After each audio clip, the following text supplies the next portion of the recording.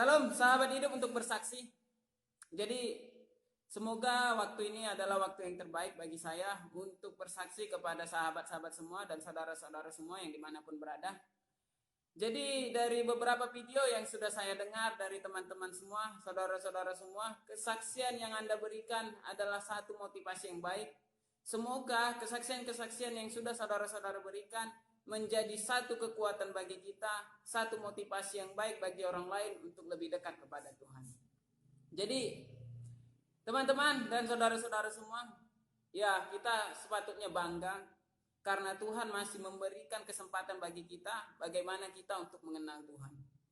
Tapi kali ini saya tidak akan bercerita bagaimana Tuhan menolong saya, bagaimana Tuhan melakukan hal-hal yang baik kepada saya. Jujur memang sudah terlalu banyak pertolongan yang Tuhan berikan kepada saya, dan begitu juga saudara-saudara semua.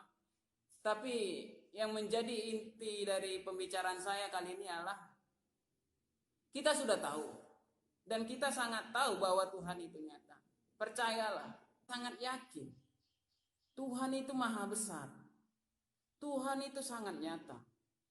Jadi, apapun yang kita hadapi, apapun yang sudah kita jalani, itu segalanya adalah perbuatan Tuhan.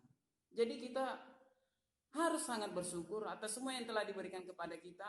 Bagi saudara-saudara semua yang sudah pernah tertolong dari maut, yang sudah terluput dari segala dosa, dan sekarang saudara datang kepada Tuhan karena memang Tuhan itu sangat nyata. Dari diri saya sendiri, banyak hal memang yang sudah Tuhan berikan. Banyak hal. Saya sudah berulang kali terselamatkan dari maut. Tapi saya tidak akan menceritakan itu. Karena apa? Di sini saya hanya akan menerangkan, sedikit memberi kesaksian apa yang di dalam pikiran saya. Yang dimana pikiran saya itu bahwa Tuhan hanya di dalam sini. Tuhan itu sangat besar. Tuhan itu ada di alam semesta. Tuhan itu ada di dunia ini. Jadi saya hanya ingin mengingatkan saudara-saudara semua, jika saudara-saudara masih seperti saya yang masih mau berlogika tentang Tuhan, sangat salah. Berhenti untuk hal itu. Tuhan itu sungguh besar dan sangat nyata.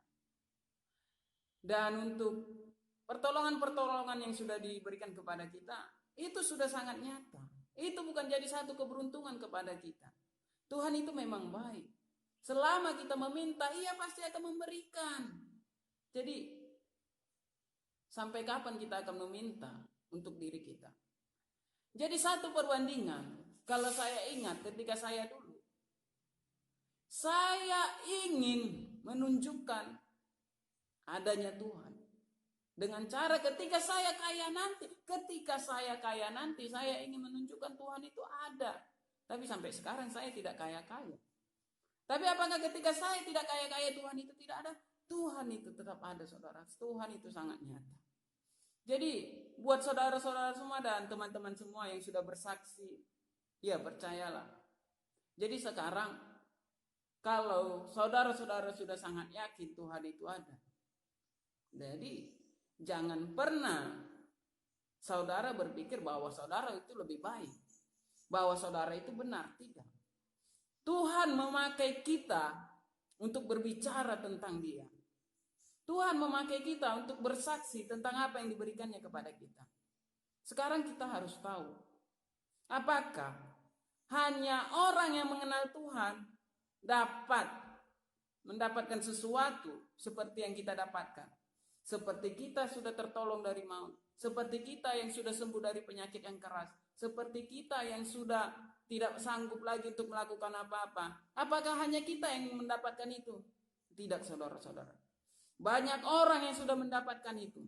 Tapi kita yang di dalam Tuhan percaya dan sangat yakin bahwa itu daripada Tuhan. Dan bagaimana mereka yang tidak yakin itu? Mereka hanya percaya ketika mereka sembuh dari sakit, ya itu berkat yang merawat. Ketika mereka terselamatkan dari maut, iya itu karena mereka masih dilindungi, masih ada keberuntungan. Jadi saudara-saudara dimanapun berada, memang Tuhan itu sangat nyata. Tuhan itu sangat baik. Ia akan memberikan apapun yang kita minta. Percayalah. Tapi Bagaimana saudara-saudara? Apakah saudara hanya akan meminta bagi diri saudara? Seperti apa? Saudara yang belum menikah, saudara minta jodoh. Saudara yang belum sukses, berdoa kepada Tuhan untuk meminta kesuksesan. Saudara yang sudah berumah tangga dan belum mempunyai anak, saudara berdoa kepada Tuhan. Tuhan berikan saya anak, agar saya mempunyai keturunan. Tuhan berikan saudara-saudara. Saudara minta kesuksesan, Tuhan berikan saudara-saudara. Saudara meminta pangkat dalam pekerjaan, Tuhan berikan saudara-saudara. Percayalah, karena Tuhan itu baik. Tapi, apakah saudara akan terus meminta kepada diri saudara? Agar saudara mempertunjukkan apa yang ada dalam diri saudara. Cukup saudara-saudara. Bayangkan saja. Kita bayangkan, sekarang siapa presiden kita? Pak Jokowi. Ketika kita berkoak-koak saja meminta sesuatu kepada Pak Jokowi, Pak Jokowi pasti memberikannya. Pak Jokowi hanya pemerintah yang baik. Dia pasti memberikan apa yang kita minta. Apalagi Tuhan yang menciptakan alam semesta ini. Apapun yang saudara minta pasti akan diberikan. Tapi sejauh mana kita akan meminta hal itu? Apakah saudara sanggup berjalan di dunia yang penuh dosa, penuh rintangan? Setiap kali kita datang kepada Tuhan, Tuhan ampuni dosaku yang telah saya lakukan. Kita selalu meminta ampun atas dosa kita.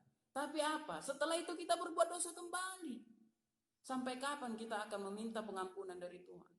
Sampai kapan kita meminta kebaikan daripada Tuhan? Ingin menunjukkan sesuatu yang apa yang telah Tuhan berikan kepada kita. Jadi, saudara-saudara yang dimanapun berada, jika saudara sudah sangat yakin Tuhan itu ada, mari meminta kedatangannya. Kita meminta kedatangannya agar kita hidup di surga.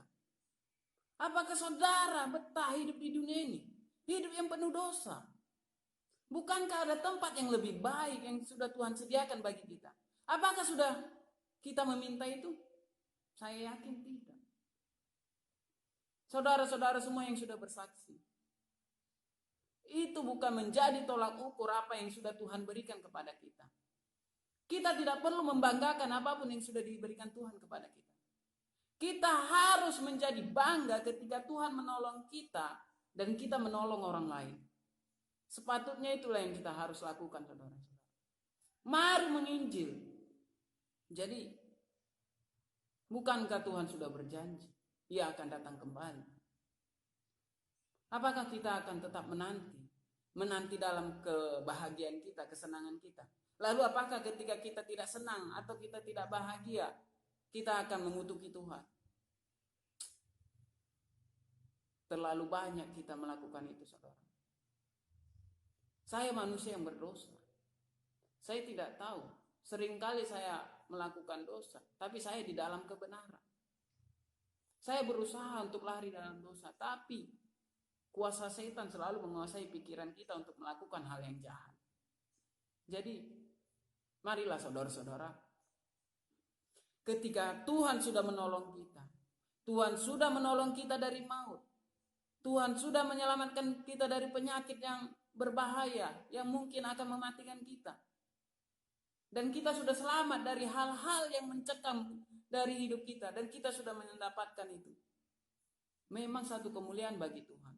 Sekarang, kita harus memberikan apa yang diberikan Tuhan kepada kita. Kita harus melakukan apa yang Tuhan inginkan. Tuhan ingin kita berada di tempat yang sudah disediakan. Itu tempat yang sudah Tuhan sediakan bagi kita. Dan bagaimana kita akan ke situ? Selama kita di dunia kita tidak akan pernah ke situ. Apakah kita akan tunggu mati baru kita akan berada di surga? Saya terkadang tidak ingin omong kosong lagi, saudara. Sudah banyak yang Tuhan berikan kepada saya. Dan banyak hal yang ingin saya beritakan untuk hal itu. Tapi saya yakin itu hanya menjadi kebanggaan bagi diri saya. Yang berpikir bahwa saya itu baik, sehingga Tuhan menolong saya. Ternyata Tuhan menolong siapa saja. Sampai ia benar-benar takut akan Tuhan. Jadi, saudara-saudara, yang dimanapun berada, Kita percaya Tuhan itu sangat nyata. Dan kita harus belajar firman Tuhan. Kita harus belajar Alkitab. Bukankah ada kunci di mana dunia ini akan berakhir? Ada kunci yang telah Yesus katakan ketika ia di dunia. Ada kunci bagaimana agar dunia ini kita akhiri.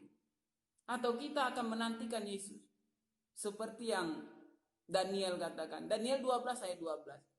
Berbahagialah mereka yang tetap menantikan sampai 1335 hari. Apa kita akan menunggu itu? Bukankah saudara-saudara tahu? Apakah saudara-saudara sudah membaca? Jika 1 hari itu 1 tahun. Apakah kita akan menanti Yesus sampai 1335 hari? Dan terbilang dari mana? Ya, saudara-saudara nanti bisa saksikan. Atau kita melakukan seperti yang Yesus katakan di dalam Matius 24 ayat 14. Dan Injil kerajaan ini akan diberitakan ke seluruh bangsa. Dan itu akan menjadi kesaksian. Dan sesudah itu tibalah hari kesudahan. Saudara-saudara, kita mau menantikan yang mana? Kita akan menantikan Yesus yang kedua kali di waktu yang sudah ditentukan. Atau kita mau menginjil kemanapun dan mengabarkan tentang firman Tuhan agar masa kesudahan itu akan terjadi. Kita harus melakukan itu. Tapi saudara-saudara, tanpa kita menantikan Yesus yang telah ia tentukan pada Daniel 12 ayat 12. Atau kita melakukan Matius 24 ayat 14. Itu belum cukup.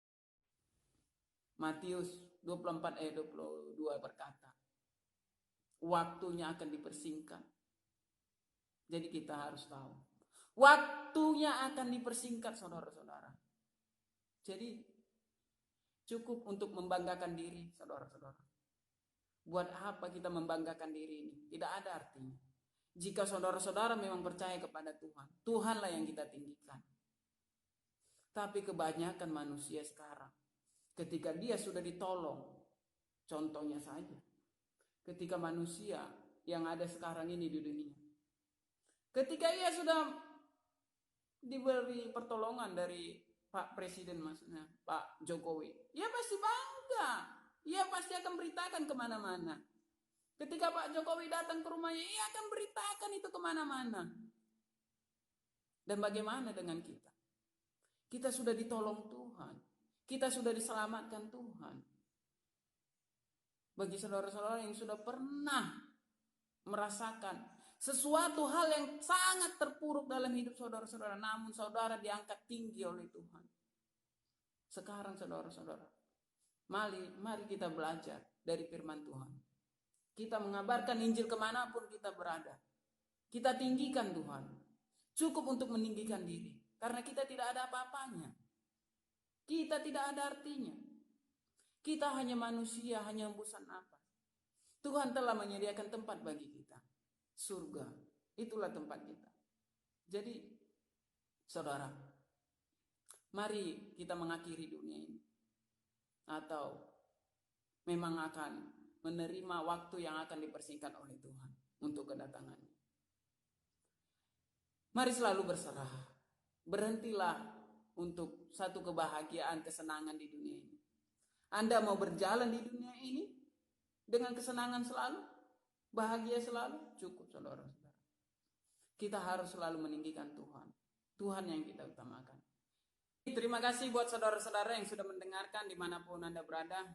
Dan semoga kita harus merubah prinsip kita. Kita berdoa untuk kedatangan Yesus yang kedua kali. Itu yang harus sangat kita nanti-nantikan. Tetap bersemangat. Dan terima kasih juga buat Hidup untuk Bersaksi. Semoga saya dapat menyaksikan video ini dalam channel saudara. Semoga kita tetap setia untuk menantikan kedatangan Yesus yang kedua kali. Terima kasih dari saya, Rudi Situmorang. Tuhan memberkati. Amin.